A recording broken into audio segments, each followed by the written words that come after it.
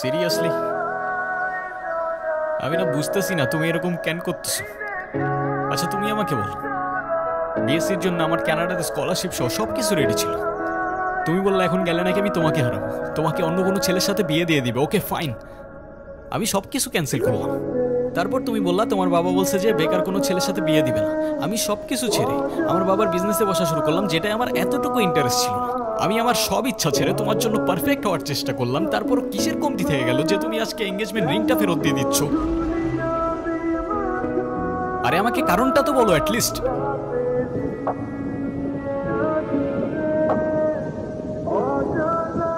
কোনো কারণ নেই, আমার মনে হচ্ছে না আমাদের একসাথে থাকাটা possible. That's it. That's it? Seriously তোমার মনে হচ্ছে না আমাদের একসাথে থাকাটা আর পসিবল? What about me? আমার কি মনে হচ্ছে সেটার কোনো ভ্যালু নাই? আমার সাইডটা কে দেখবে রুহি? দেখো, এত কথা বাড়ানোর কোনো মানে নেই, অযথা সময় নষ্ট করো। সময় তো তুমি আমার নষ্ট করছো। এরকমটাই করার হইলে আমার লাইফটা কেন নষ্ট করো? ভেঙে ফেলার হইলে সব আগেই ভেঙে ফেলতাম, নাকি হুট করে এখন বেটার কাউকে পেয়ে গেছো?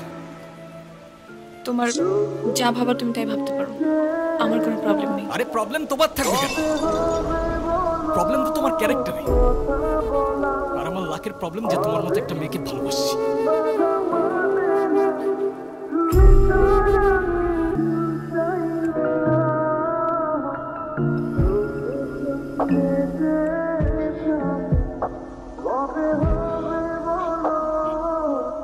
বাবা, আমরা আসলে এমন একটা পরিস্থিতির ভেতর দিয়ে যাচ্ছি, আমরা তোমাকে কিছু জানাতে পারিনি।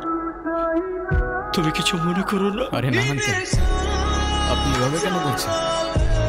রুহি আসলে আমাদের কিছু বলতে দেয়নি। এনগেজমেন্টের কিছুদিন পর আমরা জানতে পারি ওর লাং ক্যান্সার।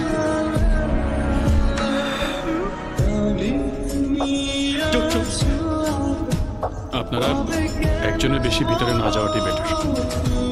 ওর এখন কি অবস্থা? এখন ঘুমাচ্ছে। ফারুক সাহেব, আপনি চলে আসুন।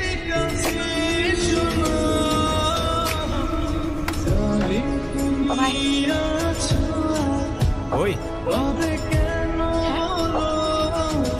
1.5 বছর হয়ে গেছে। কিসের?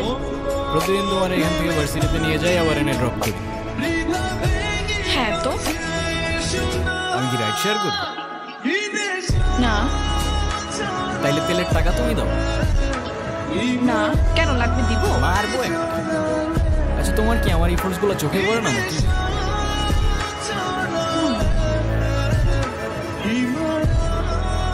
তুমি কি বাইরে চান্স আমাকে প্রপোজ করতেছো?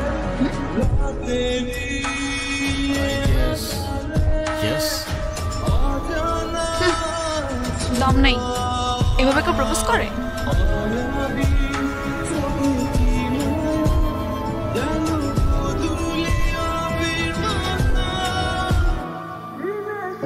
কত করে? 50 টাকা। আচ্ছা না।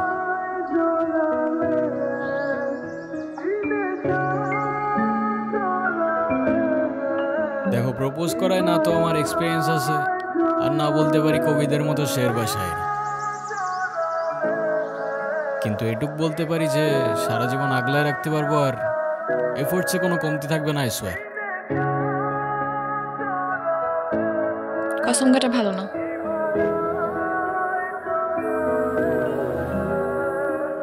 কাঠগোলাপ আমার পছন্দ, তাই নিচ্ছি। আর তোমার ব্যাপারটা আমি ভেবে দেখবো। By. I'll take that as a yes.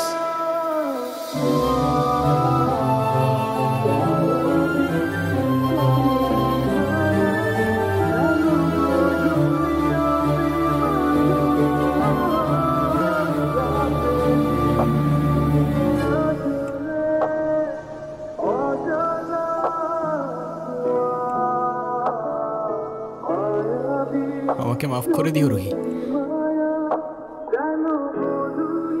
আমি না বুঝেই তোমাকে অনেক কথা বলে ফেলছি। তুমি আমাকে একটাবার বলতাম। এতদিনেও কি তুমি আমাকে এতটুকু চিনতে পারলা না? একটাবার বললে কি আমি তোমাকে ছেড়ে চলে যেতাম?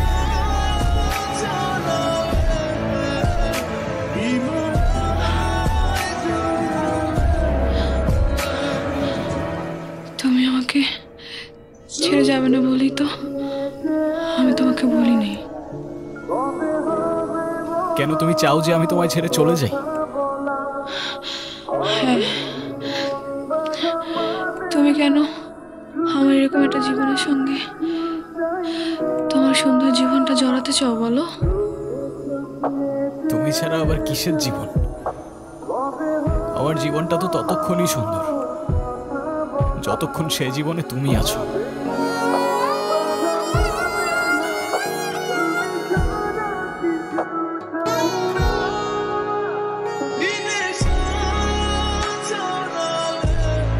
ওর জন্য কি আর কিছুই করার নেই?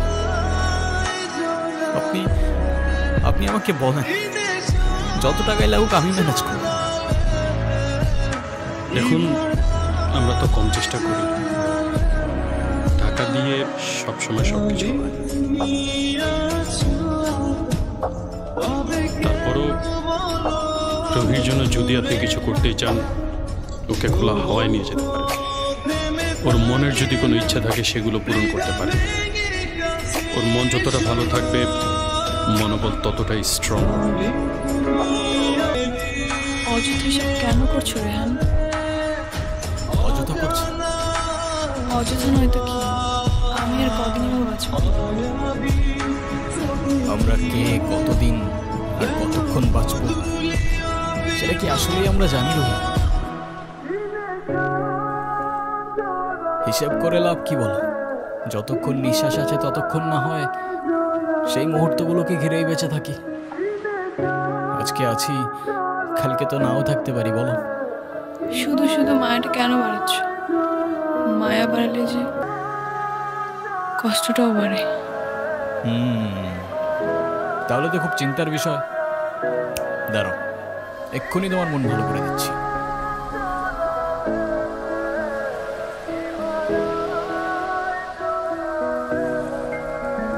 তুমি কি ভিডিও করতেছো? Yeah. একটাই তো মন আমার, আর কতবার জিতবা? যতবার জিতলে এটা বোঝানো যায় যে আমার জীবনে না তোমার আগে কেউ ছিল আর না পরে কেউ থাকবে।